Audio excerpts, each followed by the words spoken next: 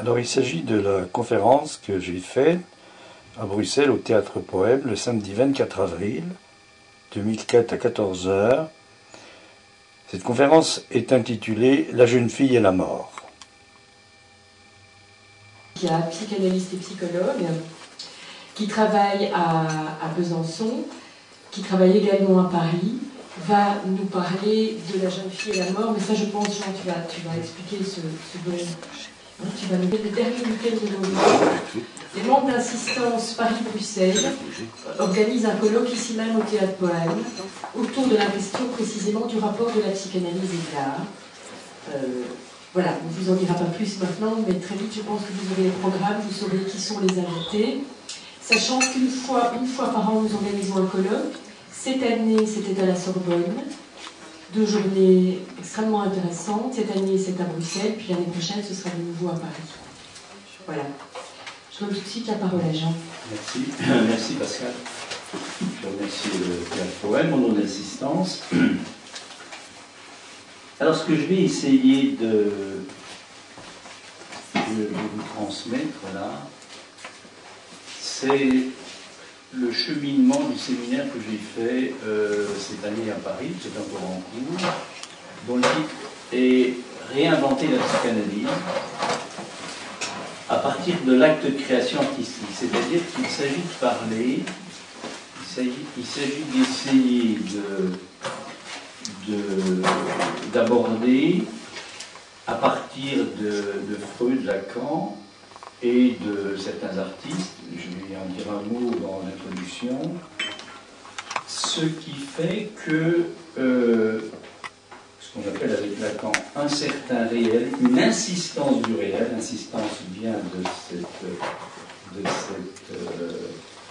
cette nomination, on va dire, ce qui fait qu'une certaine insistance du réel, alors vous allez voir que ce n'est pas quelque chose qui est simple, parce que le réel, ce n'est pas quelque chose dont on peut parler simplement, mais en tant que tel, parce que c'est une insistance, c'est-à-dire que c'est un acte, c'est pas l'insister, c'est l'insistance, c'est un participe présent, c'est un acte, en quoi, lorsque le réel déchaîné surgit, je crois qu'à ce moment-là, nous sommes, comme les artistes, dans la position de savoir s'il est possible que ce réel déchaîné puisse être pris en charge par un nouveau symbolique. La création, ce serait ça. Un certain savoir-faire avec ce réel qui surgit, qui apparaît. Habituellement, le réel est contrôlé par l'imaginaire et le symbolique. Donc, tant qu'on est dans cette dimension-là, vous verrez ce que ça veut dire sur le plan de quelqu'un qui vient parler, comme je pense sur le plan de quelqu'un qui regarde une création artistique, ce que ça veut dire, les deux niveaux. C'est-à-dire que oui, on part d'emblée sur le fait que nous sommes divisés, parfois déchirés, entre deux champs. Un champ défini, limité, qu'on va appeler topographique, graphène, écriture, chose qui est écrite, qui est définie, où ce champ, quand nous le découvrons, quand nous le rencontrons, nous sommes pris par la dimension du visible et de l'audible, mais aussi du non-visible et du non-audible, parce que quelque chose peut être caché, et donc ça peut apparaître. Ça correspond, grosso modo, à ce, vous verrez comment on peut le préciser, là, durant le déroulement de ce que je vais développer, puis surtout durant les discussions, parce qu'on a pas mal de temps, donc à la fois j'ai amené quelque chose que je vais vous projeter, puis la fin du film La jeune fille et la mort de Roman Polanski, parce qu'il se passe quelque chose d'assez extraordinaire, donc on aura le temps, je pense, justement d'envisager ça sous différents angles. Donc lorsque le réel soudainement apparaît, lorsqu'il est plus pris en charge dans ce champ topographique, le réel est contrôlé par le symbolique et l'imaginaire. Ça c'est important. Différence clinique tout à fait capitale et importante. Et c'est ça, la dimension de la signification, la dimension du sens, la dimension du fantasme, la structure du fantasme. Puis alors, un autre champ qui peut apparaître, alors c'est ça la question, il peut apparaître pas du tout parce qu'il apparaît sur une toile, Parce qu'un récepteur, quelqu'un, parmi nous, quelqu'un, lui plus particulièrement, pour des raisons énigmatiques, peut être arrêté par cette apparition du réel. Comme s'il y avait le regard du peintre qui était là. Évidemment, c'est la dimension de l'invisible, c'est pas le non-visible, c'est l'invisible et l'inouï.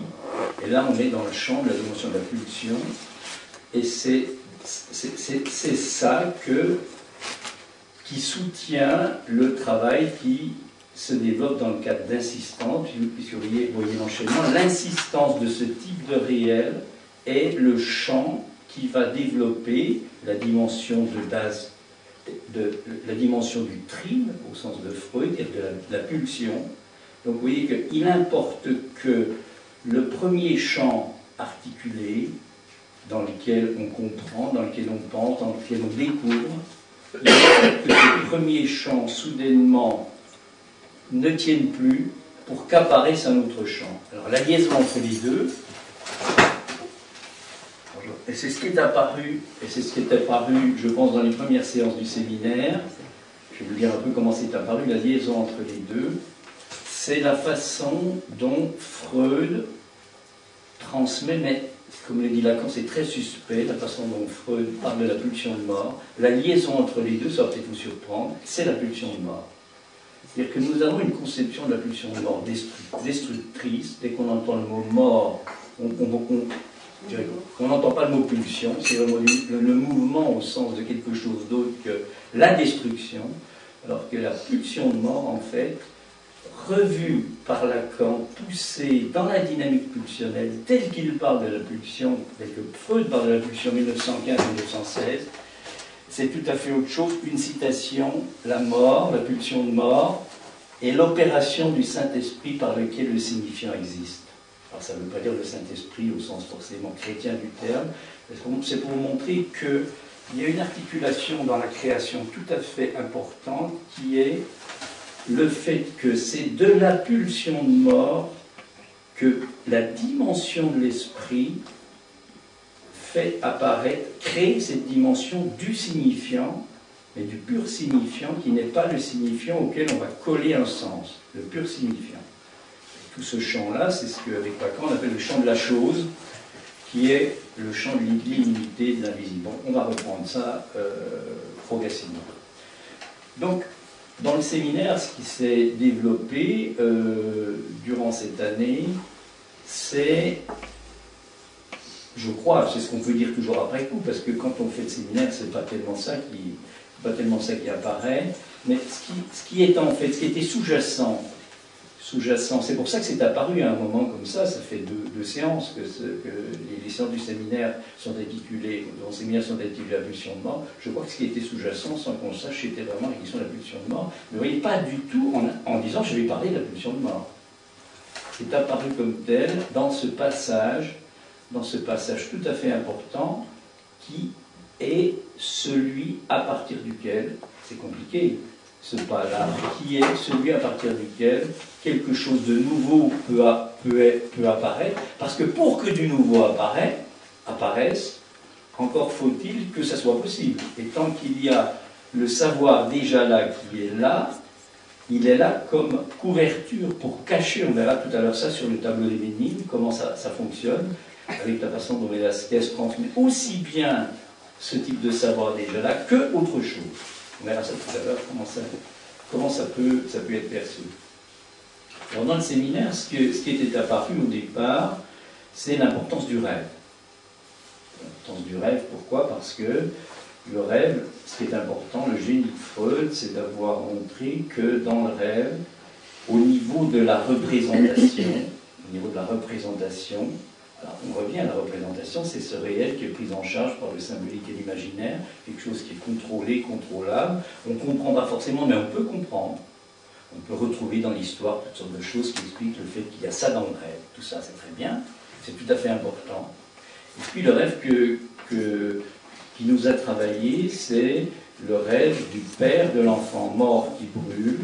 Dans ce rêve-là, il y a cette dimension de la représentation, c'est-à-dire qu'il y a ce champ, comme sur un tableau, pourrait-on dire, ce champ où l'enfant est sur la dépouille de l'enfant, le père Elsa est sur son lit, et soudainement des flammes mettent le feu au lit, et le corps commence à s'embraser. C'est absolument horrible et terrible pour le penseur, et en plus, de façon très curieuse, le père voit l'enfant qui s'approche de lui et qui lui prend la main et qui lui dit « Père, ne vois-tu pas que je brûle ?» Vision terrible, atroce, ça réveille le père. Et la grande question que pose...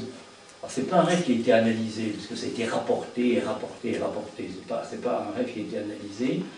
Freud, quand il en parle très tard. Quand il en parle, il en reste au niveau d'une interprétation qui est la culpabilité. C'est-à-dire qu'il y a quelque chose entre le père et le fils qui n'a pas pu fonctionner. En fait, le père culpabilisé regrette. Et il dit en plus, ce qui est intéressant, c'est que ça fait en quelque sorte revivre ou continuer à vivre un certain temps le fils. Mais d'accord, quand il prend ça dans un séminaire qui pour moi est tout à fait important, pas pour moi mais pour d'autres, pour beaucoup d'autres aussi, il est important, je l'ai déjà dit à plusieurs reprises pourquoi, c'est les 4 concepts de la psychanalyse. Parce que ce séminaire, à mon avis, est important, je vais vous en dire un mot, parce que Lacan annonce d'emblée, la première fois, et c'est ce qui s'est passé, qu'il a été négocié de la communauté psychanalytique internationale. Il sait de quoi il parle, il a été réduit à ce déchet, à ce réel de l'objet.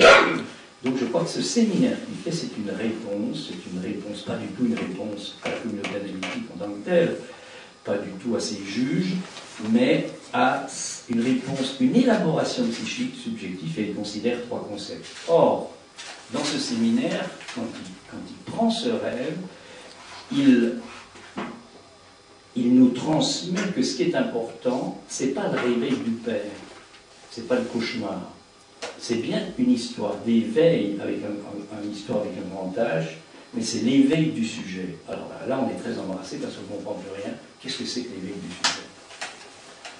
Si le cauchemar a un sens, c'est parce qu'il est apparu soudainement un trou dans la représentation, et que de ce trou dans la représentation surgit une autre scène, invisible en tant que telle. C'est pas le visible des flammes qui est important. C'est ce qu'il appelle à ce moment-là c'est ce qu'il appelle flamme. Il appelle ça le signifiant flamme, pur signifiant. C'est pas les flammes qui mettent le feu au lit. Il dit flamme nous aveugle sur le fait que le feu porte sur le réel. L'éveil du sujet nécessite un premier temps, le trou dans la représentation, et que de ce trou apparaisse quelque chose de nouveau, qui est dans ce rêve-là, que le feu porte sur le réel, que le réel se déchaîne, que le réel apparaisse. Et il dit que flamme est à considérer comme pure signifiance, c'est-à-dire ce qu'il appelle à ce moment-là le Vorstellung Repräsentanz, le représentant de la représentation, quelque chose qui n'a rien à voir avec la représentation, quelque chose qui est représentant, participe présent, qui représente le sujet, le rêveur, et c'est ça qui est important. Alors, dès qu'on arrive à cette dimension du représentant, du Vorstellung Repräsentanz, du représentant de la représentation, on touche à la question de la pulsion, à la dimension même de la pulsion, à ce champ illimité de la pulsion qui, vous le voyez, est en général recouvert par le champ limité où nous pouvons être, nous pouvons comprendre, nous pouvons saisir, où le réel est contrôlé. Et quand nous sommes dans ce champ contrôlé, qui est celui du fantasme, toute la question, le mieux qui puisse apparaître, c'est qu'effectivement, un trou, ça renvoie à la dimension, ça commémore un temps qui n'est pas du tout un temps historique, on ne trouve pas ça dans l'histoire de quelqu'un en tant que tel, ce temps du traumatisme, quand le sujet a été abandonné par l'autre, s'est retrouvé dans cette dimension du DZ, c'est ça le trou radical, et c'est une chance, c'est la meilleure des choses que ça puisse apparaître, c'est quelque chose qui touche touche à l'articulation de l'histoire et de la structure, quelque chose qui touche à la structure essentiellement. Et on pourrait dire d'une certaine façon que quand ce trou n'est pas devenu, quand il est fort clos, c'est la psychose et l'autisme. Donc vous voyez qu'on touche en fait, par le biais de ce dont on parle, par le biais de la pulsion, à quelque chose de radicalement important. Et pourquoi c'est important? Parce que c'est parce que nous sommes des fils du langage. C'est le langage, c'est le fait que nous ayons accepté ce corps étranger qui est le langage, qui fait que nous pouvons faire retour à ce trou qui est au sein même du langage. Et c'est ce trou qui, à partir de là, et ce trou, ça évoque curieusement la dimension de la pulsion de mort, ce trou est, c'est dans ce trou que peut être effectuée cette opération de l'esprit, d'où advient le signifiant. Et là, dès qu'on parle de signifiant, on est dans la direction de ce qu'on appelle le sujet. Hein. Le signifiant représente le sujet pour un autre signifiant. Donc vous voyez, on n'est plus du tout dans la question de la représentation. Alors un mot encore, avant d'arriver, un mot parce qu'on a fait un périple. Je crois que c'est important, parce qu'on est ici, là, au Théâtre Poème, de dire un mot sur le fait qu'on est allé... J'ai été beaucoup travaillé par la dimension de Schoenberg, parce que Schoenberg, je ne connaissais pas véritablement Schoenberg il y a 2 ou 3 ans, et en fait, j'ai été très intéressé par ça, parce que Schoenberg et son ami Kandinsky, parce que je crois que c'est venu dans la suite du colloque d'insistance à Vienne, qui a eu lieu il y a 1 an à Vienne. On a essayé de réfléchir autour de la question suivante. Est-ce que Freud aurait inventé la psychanalyse s'il n'avait pas été viennois? C'est une vraie question qui dépasse évidemment la situation purement géographique, voire politique de Vienne, qui dépasse, c'est-à-dire qu'on peut penser qu'il y avait effectivement dans ces années quelque chose à Vienne du côté des peintres, du côté des musiciens, du côté des romanciers, du côté des gens de théâtre. Il se passait quelque chose d'assez particulier. Et Freud, évidemment, était lui aussi pris par quelque chose qui se passait. Et ce qui m'a beaucoup intéressé autour de Schoenberg, je vais le résumer parce que c'est assez long, je ne vais pas trop parler de biographie parce qu'on ne sortirait pas, mais je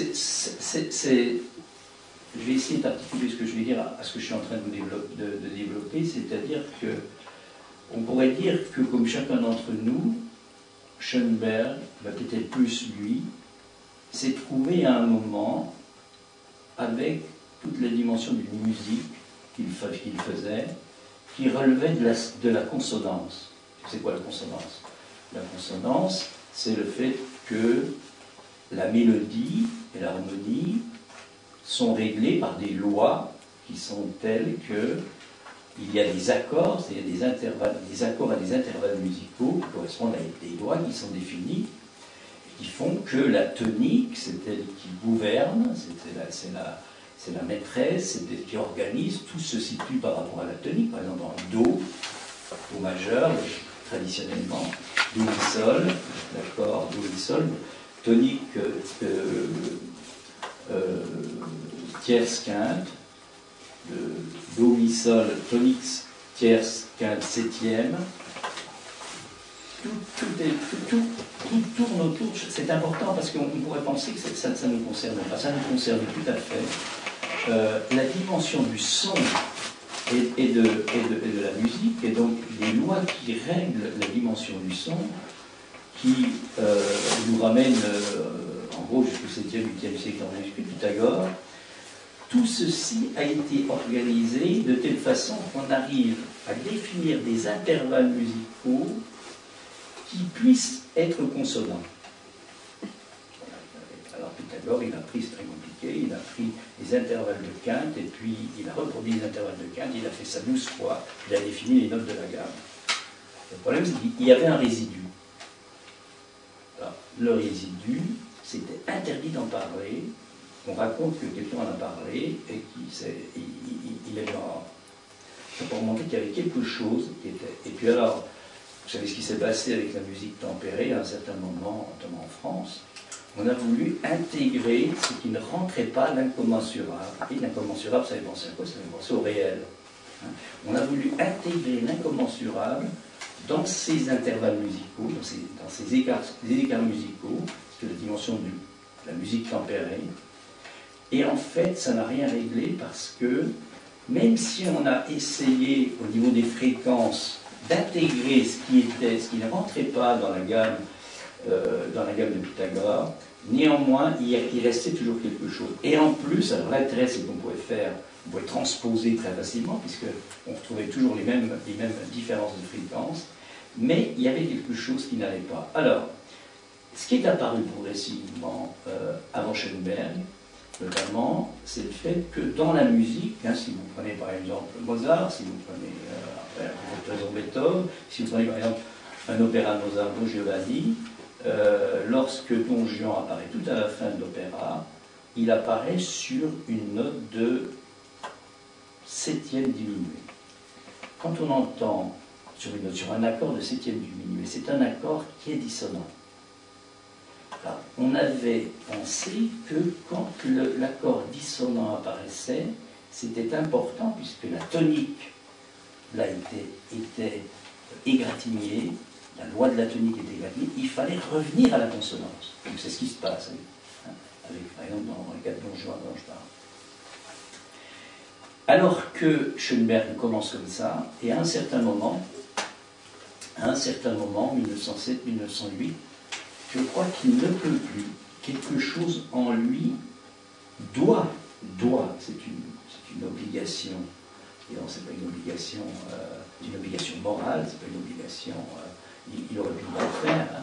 C'est le Soll, Ich werden de Freud. Il doit faire entendre non seulement la dissonance, ça c'était connu, mais l'émancipation de la dissonance. C'est qu'on ne retourne pas à la consonance. Il y a un autre monde, ah, qu'est-ce que c'est? Qu'est-ce qu'on va entendre? Il y a un autre monde que celui de la dissonance qui revient à la consonance. Il y a celui de l'émancipation de la dissonance, et c'est comme ça que progressivement, il va être amené à définir sa musique à 12 tons. Il va après l'organiser, et ce qui est intéressant dans son opéra de 1933, Moïse et Aaron, qui n'est pas terminé, puisqu'il y a un moment, vous savez que le troisième acte, on dit qu'il ne trouve pas la musique.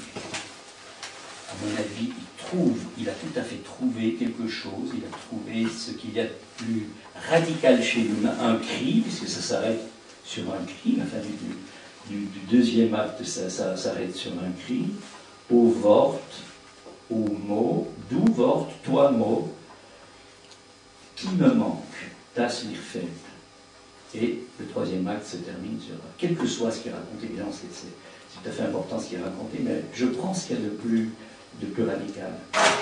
Or, j'insiste, il y a eu un moment dans la trajectoire de cet être parlant, et je crois que c'est ça aussi qui rapproche beaucoup de la trajectoire de l'analyste, ce qu'on appelle sa formation. Il y a eu un moment où il a été amené à dire oui à un réel, c'est ça l'émancipation de l'esprit, à un réel, à trouver un nouveau symbolique pour qu'il puisse être pris en charge. C'est ça sa musique, la musique qu'il a élaborée. Et puis, il nous a laissé ça. Alors après, bon, c'est à nous à pouvoir être récepteurs de quelque chose par rapport à ça. Et surtout, ça s'est fait après des nuits d'angoisse extraordinaires. C'est-à-dire que ça c'est pas du tout aller tout seul. Tout ça pour montrer que lorsque le réel, ce type de réel apparaît, se déchaîne, lorsque ce trou dans la représentation ou dans la consonance apparaît et qu'on ne fait pas retour en arrière, et qu'on ne fait pas demi-tour, on ne recule pas, si on ose s'avancer, on est dans la position de cette gosse. Vous savez ce qu'il c'est, cette gosse, c'est Eipais en grec, c'est Antigone. on est dans la position de cette gosse, c'est pas la gamine, hein. Elle paille, c'est maintenant traduit la gosse. Et la gosse, on ne sait pas d'où vient le mot, c'est un mot qui vient un peu d'un mot d'argot, et je trouve que c'est assez bien dit. On se trouve dans la position de cette gosse qui est dans cet entre-deux, entre le moment où elle est vivante au sens de la loi telle qu'elle est écrite, qu'elle est proclamée par Créon, et elle se réclame d'une autre loi, celle madiquée, celle des dieux, celle qui est non écrite, et on pourrait dire qu'elle est justement plus tout à fait vivante au sens de la représentation et au sens de ce réel qui est pris en charge par l'imaginaire et le symbolique, mais pas tout à fait morte encore, puisqu'elle n'est pas encore entrée dans le tombeau qui lui est destiné et qu'elle accepte, alors, évidemment, à la sidération du cœur. Le cœur, il ne comprend rien du tout. Le cœur, c'est celui qui est là pour gérer les émotions, pour que le spectateur puisse un petit peu articuler, se coordonner par rapport à ce qui est en train de se passer. Et à ce moment-là, si on prend le texte grec, apparaît un changement de discours du cœur. C'est pas fréquent, ça. Hein. Le cœur, c'est la culpabilité, l'émotion, etc. Et le cœur émerveillé ne sait plus ce qui... Un des points importants qu'il dit à ce moment-là, c'est que le cœur ne sait plus ce qui est la différence entre le juste et l'injuste. Et il découvre à ce moment-là, sur ce visage, oui, c'est ça, à mon avis, l'au-delà du visible, qui n'est pas le non-visible, ce qui en grec s'appelle l'imeros enarges, ce désir invisible, ce désir éclatant devant lequel on est arrêté. Donc on retient le fait d'être arrêté. C'est tout à fait important d'être arrêté, parce que quand on est arrêté, quand on comprend, on n'est pas arrêté. Quand on comprend, oui, c'est très clinique pour nous psychanalystes, parce que c'est la question de la sidération, ou de la fascination. Enfin, on verra la différence. Quand on est arrêté, quand on ne comprend plus, c'est à partir du moment où on est arrêté que quelque chose peut apparaître. Ça, on est vraiment dans la dialectique même du transfert, et dans la dialectique de ce premier temps du bon esprit qu'est la sidération. La rencontre entre Schoenberg et Kandinsky a lieu en fait le 1er janvier 1911. Kandinsky, avec quelques amis peintres, vient écouter une œuvre ou des œuvres de Schoenberg, et il est complètement saisi par quelque chose, et leurs correspondances sont développées. Ils ne se connaissent pas, on a pensé qu'ils se connaissaient avant, ils ne se connaissaient pas, véritablement, ils ne se connaissaient pas. Après, ils vont développer. Alors, ce qui est intéressant, c'est qu'au même moment, en 1910, c'est important, avant qu'ils connaissent Schoenberg, Kandinsky a fait sa première aquarelle, qu'on appelle abstraite, et que lui, il préfère appeler, c'est étrange parce que c'est vraiment des termes de psychanalyse, Gegenstandlos, sans objet, sans étant, sans objet, quelque chose d'assez curieux. Et il va expliquer que pour lui, la peinture abstraite, c'est comment psychanalyse, c'est l'association libre des couleurs. L'association libre des couleurs. C'est vrai que c'est quand même assez étrange. Alors je ne vais pas en parler tout à l'heure un peu si vous voulez, mais je vais avancer. Et puis on a été amené aussi à parler, j'ai développé dans le séminaire un moment qui m'a semblé important dans l'analyse du petit Hans, où son père, le père du petit Hans, était musicologue. Et un jour, il a présenté une partition à Brahms, qui est un ami de la famille, pour lui demander son avis. Et Brahms lui a dit non, il ne faut pas faire de composition. Il a obéi à Brahms, et obéissant à Brahms, il est devenu critique musical, et à ce titre-là, il assistait à beaucoup de spectacles. Et vous savez que en 1908, donc dès 1903, il participe aux réunions qui ont lieu chez Freud, les fameux mercredis de Vienne, donc il intervient de différentes façons. Chose étrange, il y a aussi un musicien qui participe, qui connaît bien Schoenberg, un dénommé Bach, qui connaît bien Schoenberg. Et donc Freud a été au contact des musiciens. Ce qui est étrange, c'est qu'il dit Freud qu'il n'est pas sensible au son.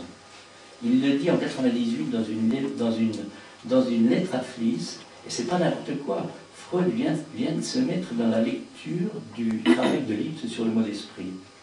Et Freud a compris que Lipse, dans le mot d'esprit, parle du son. Et la sidération, c'est une histoire de son. Et il dit que lui, il est très embêté parce qu'il n'arrive pas, il a une sorte d'infirmité, il y a quelque chose qu'il n'arrive pas à saisir au niveau du son. Et puis il passe là-dessus, hein, pour montrer qu'on est vraiment finalement dans cette dimension du son, c'était quelque part, et non pas du sens, quelque part autour de la dimension du signifiant. Voilà donc ce que l'on peut dire. Alors, il y a un moment, je vais vous dire un mot aussi là-dessus, parce que je pense que ça me semble tout à fait clinique, très clinique, c'est comme ça en travaillant. Il y a un moment, bon, il parle, comme se passe l'analyse du client, c'est en fait... alors, il y a tout un passé, c'est-à-dire que la mère de Hans, elle s'appelle Olga Henning. Olga Henning, ça commence par H. Il y a un moment, le père de Hans se baladait partout, puis il écrivait des H. C'est-à-dire qu'il avait effectivement une fille qui s'appelait Henning. Il a une fille qui s'appelle Anna. Et puis, Hans, c'est encore un H. Il y a comme ça des choses assez curieuses. Bon. Donc il y avait partout des H. Bon, ça apparaît à un moment, je crois, je ne sais plus où j'ai lu ça, je ne sais pas si c'est dans le travail qu'il fait avec Freud, bon, je ne crois pas, c'est autre chose. Bon, enfin bref, il y a tout un passé qui est celui des connaissances donc, de Freud et de cette femme qui vient lui parler, et elle doit lui parler de quelque chose qui résonne au niveau du son, hein, S-R-E, puisque c'est parce qu'elle lui parle, cette femme, de quelque chose qui s'appelle le transfert, qui demande à rencontrer Freud. Et donc, Max Graf, qui s'appelle Max, demande à rencontrer Freud en 1903, et c'est comme ça qu'il va être introduit dans ce petit cénacle de psychanalystes et de philosophes, et de musiciens, et encore d'autres intellectuels qui commencent à travailler avec Freud. Or, en 1908, début de l'année 1908, le fils, qui s'appelle Herbert, hein, Herbert, c'est le nom que Freud a donné, Herbert Graf développe une phobie. Je ne vais pas parler de tout ce qui se passe, mais il me semble qu'il y a un moment, c'est un peu ce que j'ai soutenu, puisque vous savez qu'Herbert est devenu un metteur en scène après, metteur en scène d'opéra. Il y a un moment, à mon avis, alors pourquoi je prends ce moment-là? Parce qu'il a été censuré. Les traducteurs l'ont censuré. Si vous prenez, pour le trouver, il faut prendre le texte allemand. C'est pas du tout une histoire de tel mot qui est mal traduit, ça c'est trop simple ça. C'est qu'il n'existe pas dans le texte français, je ne sais pas s'il existe dans le texte anglais, il a été censuré par les deux traducteurs qui sont Marie Bonaparte et Levenstein. Alors ce moment, c'est un moment où le père, évidemment, qui a lié à Freud derrière tout ça, Freud est en position de père symbolique, derrière le père, alors vous savez comment ça se passe de la façon suivante, il y a une phobie, donc Hans se raconte un certain nombre de choses à son père, qui prend sténo, tout ça, et puis il envoie les notes qu'il a prises en sténo, donc il les a rédigées, il envoie les notes à Freud. Puis un jour, il questionne, mais enfin, comment ça a commencé cette histoire de Doom, de la bêtise, comment ça a commencé? Et alors, Hans lui dit ceci, si on prend le texte allemand, je vous dis ça de mémoire, il lui dit que c'est wegen dem Verb und wegen dem Verb. Alors, qu'est-ce qu'il dit là? Qu'est-ce que j'entends? Est-ce que c'est bêtement une répétition? D'emblée, ce qui va être entendu, c'est quelque chose qui joue autour de la signifiance, le Wegen et le Wegen. En allemand, hein, W-E-G-E-N et le W-A-G-E-N. Wegen, Wegen, c'est presque pareil. Donc on voit que d'emblée, d'autant plus qu'il y avait la phobie des voitures, du cheval qui était attelé aux voitures. Donc il y a toute une interprétation qui, à ce moment-là, apparaît à Freud quand il voit le soir, dans son texte, le Wegen dem Verb, et il comprend, il fait tout de suite le rapport. Freud est quelqu'un qui effectivement est très proche de la langue, et il voit bien le rapport entre le Wegen et le Wegen. Et il en déduit que la phobie est liée à ce phénomène purement langagier. C'est ça, la solution de la phobie. La cause, c'est peut-être autre chose, mais c'est ça la solution. C'est ça que l'inconscient transmet. Or, sans doute. Mais, si vous prenez la traduction française, vous n'avez qu'une seule fois Wegen dem Pferd. Je suppose, alors là, je suppose que le musicien Max Graf, lui, quand son fils lui a dit Wegen dem Pferd und Wegen dem Pferd, il a entendu le passage du Wegen au Wegen dans les deux, comme quand si on chante une mélodie, et il y a quelque chose du son qui est passé, du pur signifiant qui est passé, et qu'il a entendu lui comme musicien. Et on peut se demander si, finalement, d'une façon ou d'une autre, c'est pas la première mise en scène d'opéra de ce jeune Herbert Graf. Et on peut se demander si c'est pas ça qui est aussi à l'origine de sa vocation professionnelle de metteur d'opéra. Enfin, je trouve que là, il y a quelque chose de tout à fait intéressant. Alors, ce que je vous disais, c'est que la traduction française, il n'y a qu'un Wegen, donc le deuxième est supprimé. Il y a un village de mots qui veut dire fait voir la voiture, qui n'a vraiment aucun sens. Et puis Freud reconnaît que, effectivement, comme on parlait à Vienne, effectivement, c'est tout à fait évident que Hans pouvait tout à fait dire Wegen pour Wegen. Mais il me semble qu'il y a autre chose. Donc, il y a plus que ça. Voilà un peu ce de quoi on a tourné. Alors, ce que je n'avais pas encore tout à fait bien perçu à ce moment-là, c'est que dans ce passage-là, à mon avis, si je suis un peu cohérent avec ce que je vous dis, c'est ça la pulsion de mort. C'est le passage du Wegen au Wegen. Si je reprends ce que dit Lacan, hein, le signifiant existe de ce fait-là. Tant qu'on est accroché à la signification, on comprend, et peut-être que c'est ça qui a été raté. Alors ça s'explique de différentes façons, parce qu'effectivement c'est un dispositif quand même un peu particulier de travail, et on sait que l'analyse de Hans est restée comme étant ce qui lui a permis de faire disparaître sa phobie, mais elle aurait pu disparaître aussi.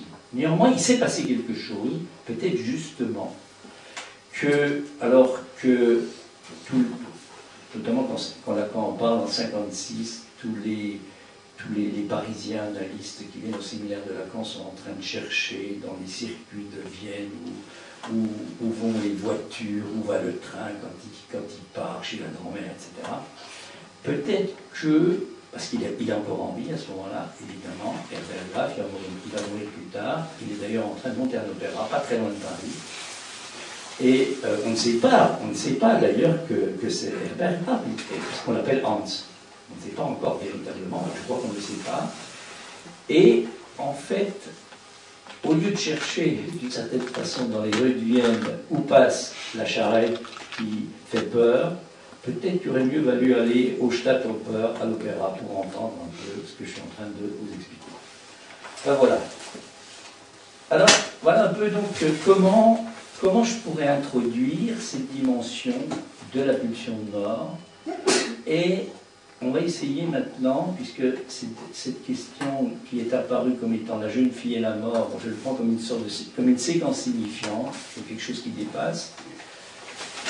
Comment est-ce qu'on peut arriver à concevoir ceci?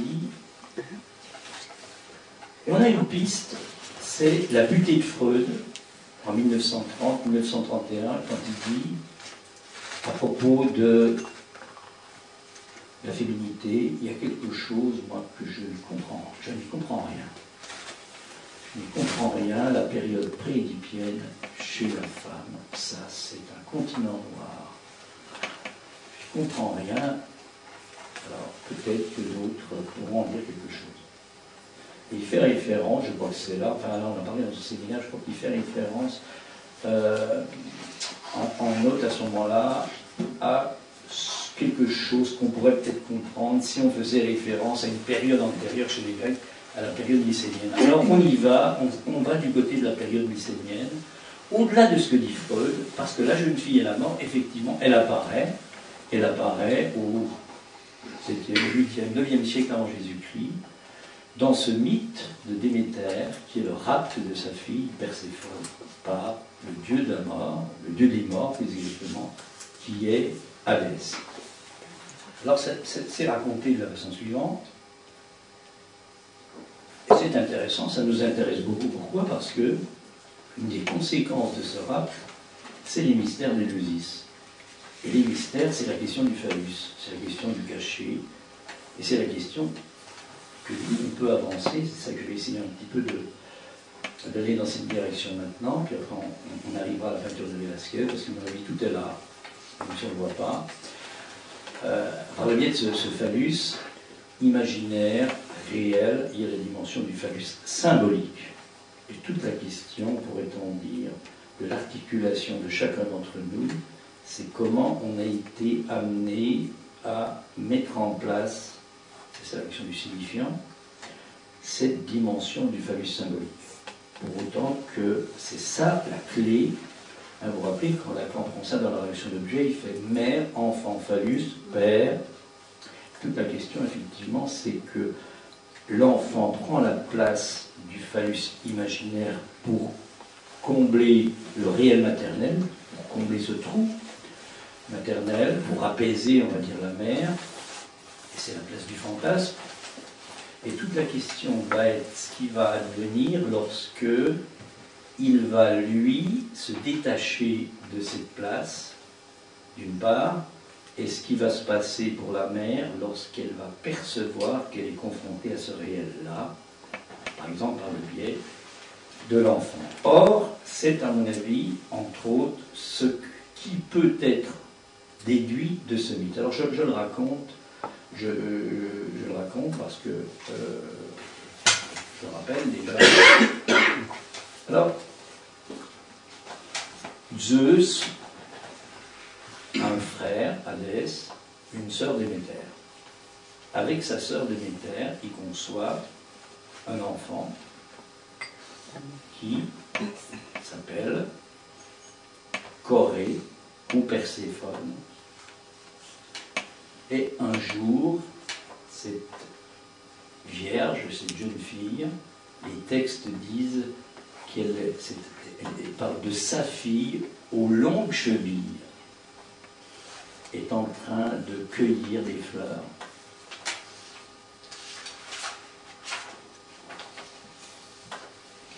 Et soudainement, elle est avec d'autres jeunes filles.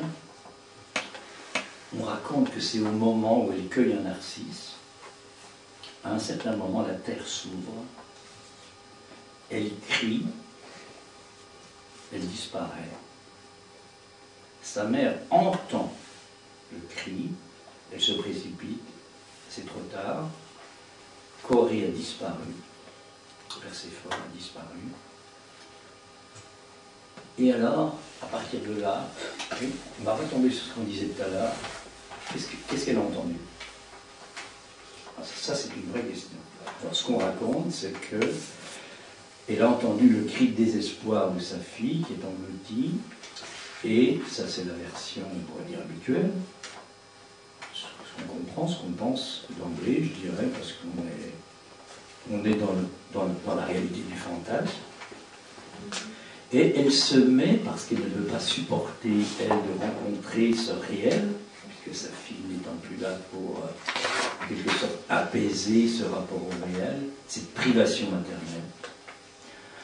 Elle se met en chasse, elle cherche partout, et puis elle arrive un jour aux portes d'une ville qui s'appelle Éleusis. La traduction, c'est « arriver ». Arriver.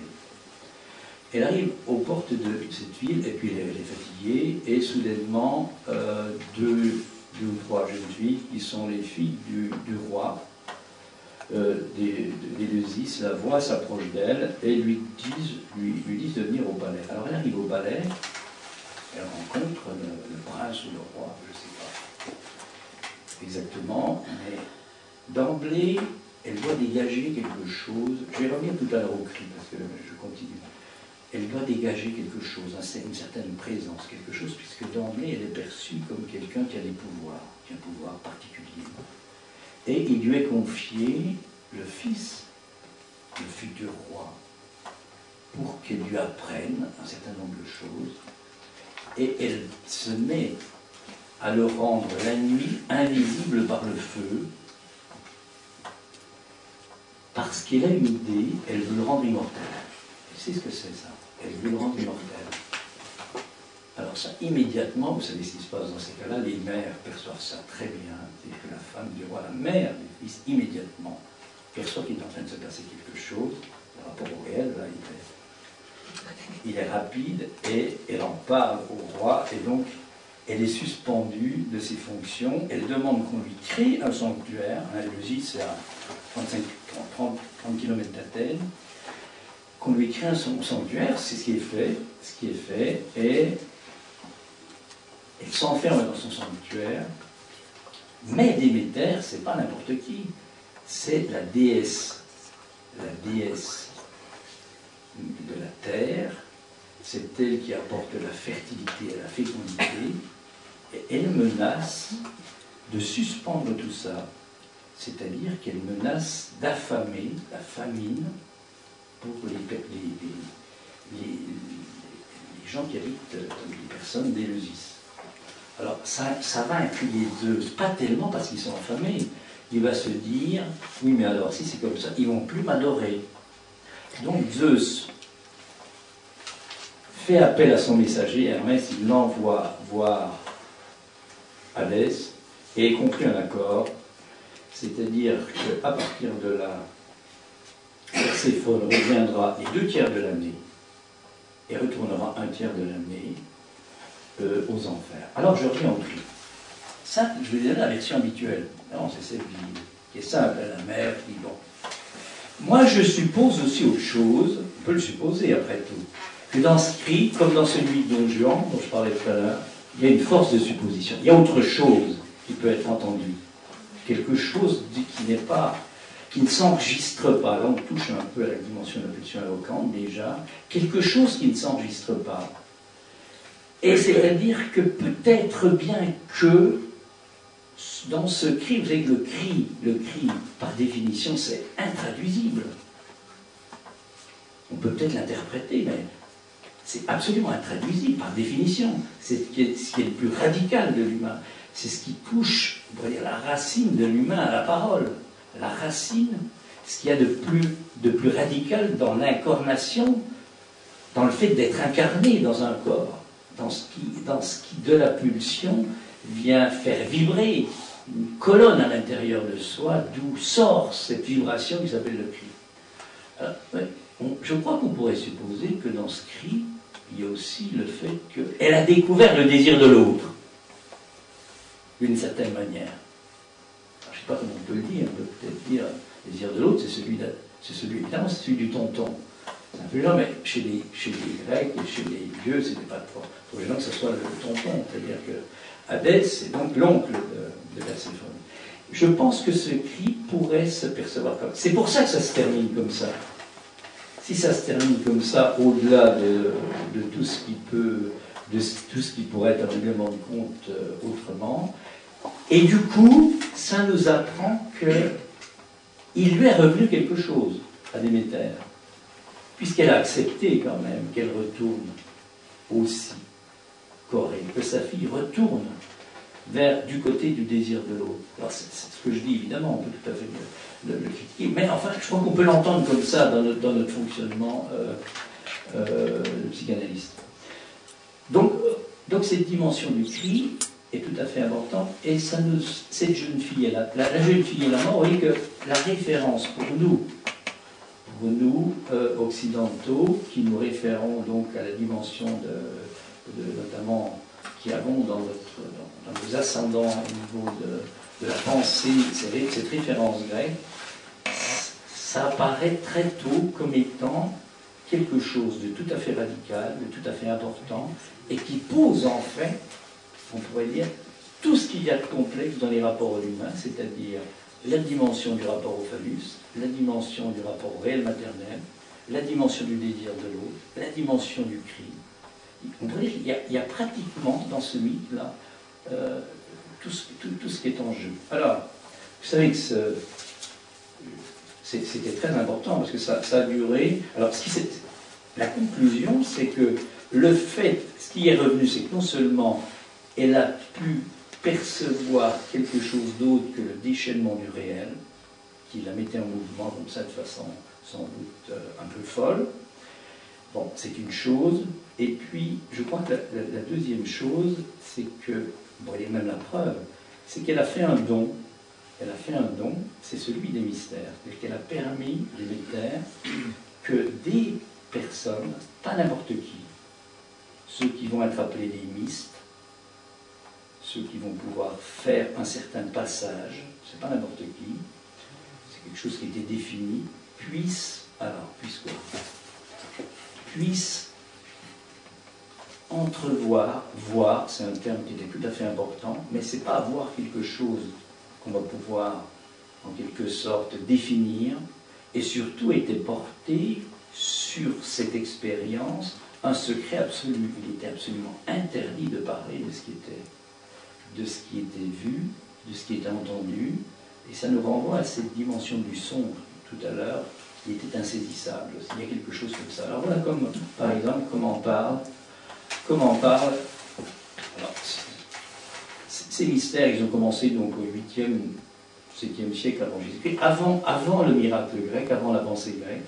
Ils ont été continués durant, c'est-à-dire que durant l'élaboration de la raison grecque, de la pensée grecque, etc., les grands philosophes et même les grands hommes d'État venaient en cachette s'initier à ces mystères d'Éleusis, parce qu'il y avait quelque chose qui était montré, dévoilé, de tout à fait particulier. Et ça a continué jusqu'au 3e, 4e siècle après Jésus-Christ. Alors voilà par exemple ce que pouvait dire quelqu'un comme, je vais prendre par exemple Platon. Ce qu'il pouvait dire de ça, celui qui arrivera chez Hadès sans avoir pris part à l'initiation et au mystère, sera plongé dans le bourbier. Au contraire, celui qui aura été purifié et initié vivra avec les dieux. Un hymne homérique à Déméter du 7e siècle, heureux qui possède parmi les hommes de la terre la vision, on les appelait les époptes. Les époptes, c'est un terme grec, les visionnaires. La vision de ces mystères. Au contraire, celui qui n'est pas initié au saint rite et celui qui n'y participe point, n'ont pas le semblable destin, même lorsqu'ils sont morts dans les moites ténèbres. Pindare disait, heureux celui qui a vu ces choses avant de descendre sous la terre, il connaît la fin de la vie, il en connaît aussi le commencement donné par Zeus. Enfin Sophocle, ô 3 fois heureux, ceux des mortels qui, après avoir contemplé ces mystères, iront dans la demeure d'Hadès, car ceux-là seuls, ils posséderont la vie. Pour les autres, il n'y aura que souffrance. Alors qu'est-ce qui est vu? Je ne vais pas m'arrêter là-dessus, mais manifestement, autour de la jeune fille et la mort, autour de cette séquence signifiante, vraiment en termes de séquence signifiante, si on parle des différentes significations telles qu'elles apparaissent, on peut prendre ça comme ça, que d'emblée, cette dimension de la mort et surtout de cette rencontre et de cette union de la vie et de la mort, ce n'est pas le dualisme, ce n'est pas l'opposition. Cette union entre Eros et Thanatos, ce que Freud avec quoi Freud a eu beaucoup de difficultés, puisqu'il est resté dans un certain dualisme.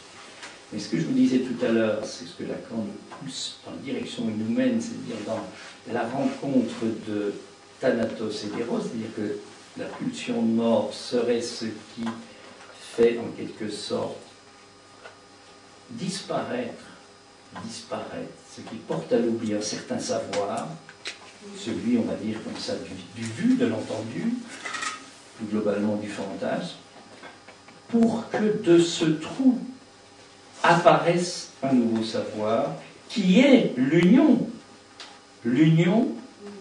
des deux. Ce n'est pas la victoire de l'un sur l'autre. Hein, ce que Corée, la Perséphone, nous enseigne, c'est qu'elle est aux deux places. Alors, on ne peut pas prendre ça peut-être de façon au-delà, mais je crois que c'est tout à fait important ce mythe. Alors, la jeune fille à la mort, à partir de là, je vais très vite parce que ça tourne, à partir de là, c'est apparu au Moyen-Âge sous forme de danse macabre notamment. Ce qui pose une grande question pour les Alors, on a des peintures sur des ossuaires, sur des cloîtres, à l'intérieur des églises, de ces danses macabres. Et il y en a une notamment qui a eu lieu, qui a été détruite, mais qu'on trouve grâce à Gutenberg, puisque ça a été... et ça se trouve dans un livre de 1485, hein, l'imprimerie Gutenberg c'est 1450 à peu près. Donc on peut voir les danses macabres en question. Et ce qui est intéressant dans ces danses macabres, c'est que la mort apparaît avec un instrument de musique. Alors, immédiatement l'interprétation c'est simple, c'est des muses. C'est pas si sûr. C'est justement peut-être pas si sûr, c'est peut-être autre chose. Peut-être qu'on peut, si on n'est pas trop effrayé, rencontrer, je crois que cette figuration, cet imaginaire que représentent les danses macabres, ces danses avec la mort, c'est sans doute un des rendez-vous de l'humain, du fait du langage, pour qu'il accède au signifiant, et pour qu'il arrive à danser avec la mort. Puisque est-ce qu'on peut, notamment à certains moments, être vivant sans danser avec la mort? Je crois qu'il y a quelque chose de tout à fait important autour de ça. Et puis, vous savez que ça a inspiré donc des peintres, ça a inspiré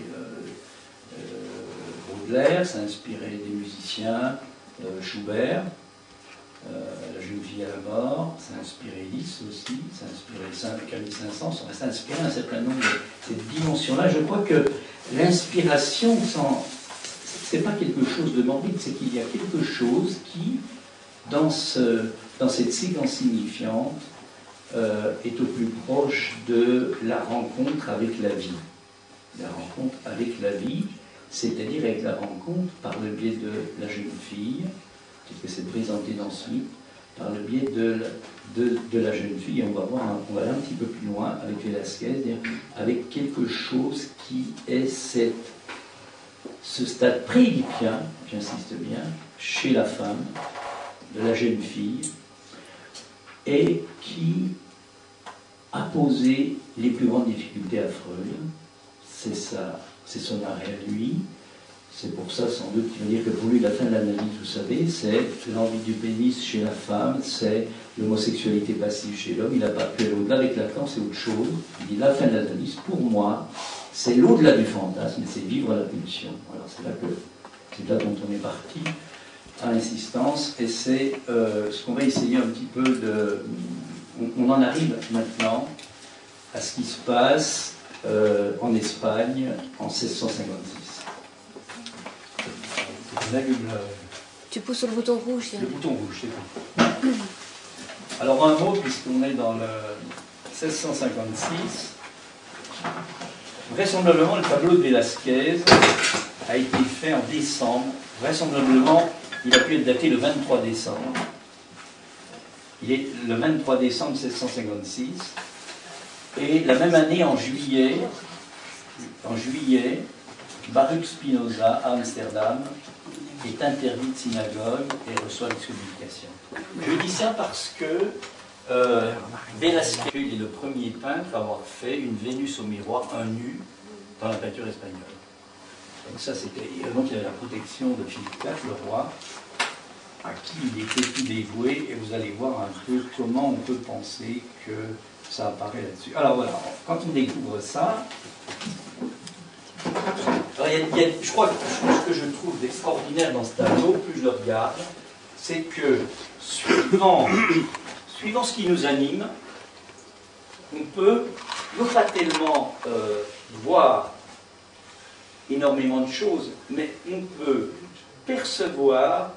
C'est dommage parce que ça, les couleurs sont un peu trop éclairées, c'est le cas de dire, donc on ne va pas très bien. Mais je vais quand même pouvoir dire un peu ce que j'ai. Bon, qu'est-ce qu'on voit? Si on regarde a priori le tableau d'André, on voit au premier plan, en gros, on voit l'infant, Margarita, à gauche une suivante, hein, c'est Augustinia Sarmiento, à droite une autre suivante, au premier plan tout à fait un nain, derrière il y a deux courtisans, un homme et une femme, tout au fond il y a quelqu'un qui est dans l'embrasure d'une porte, ça s'appelle Nieto Velázquez, et puis Velázquez, le peintre, qui est là sur la gauche, et puis devant Velázquez, une toile retournée. Bon.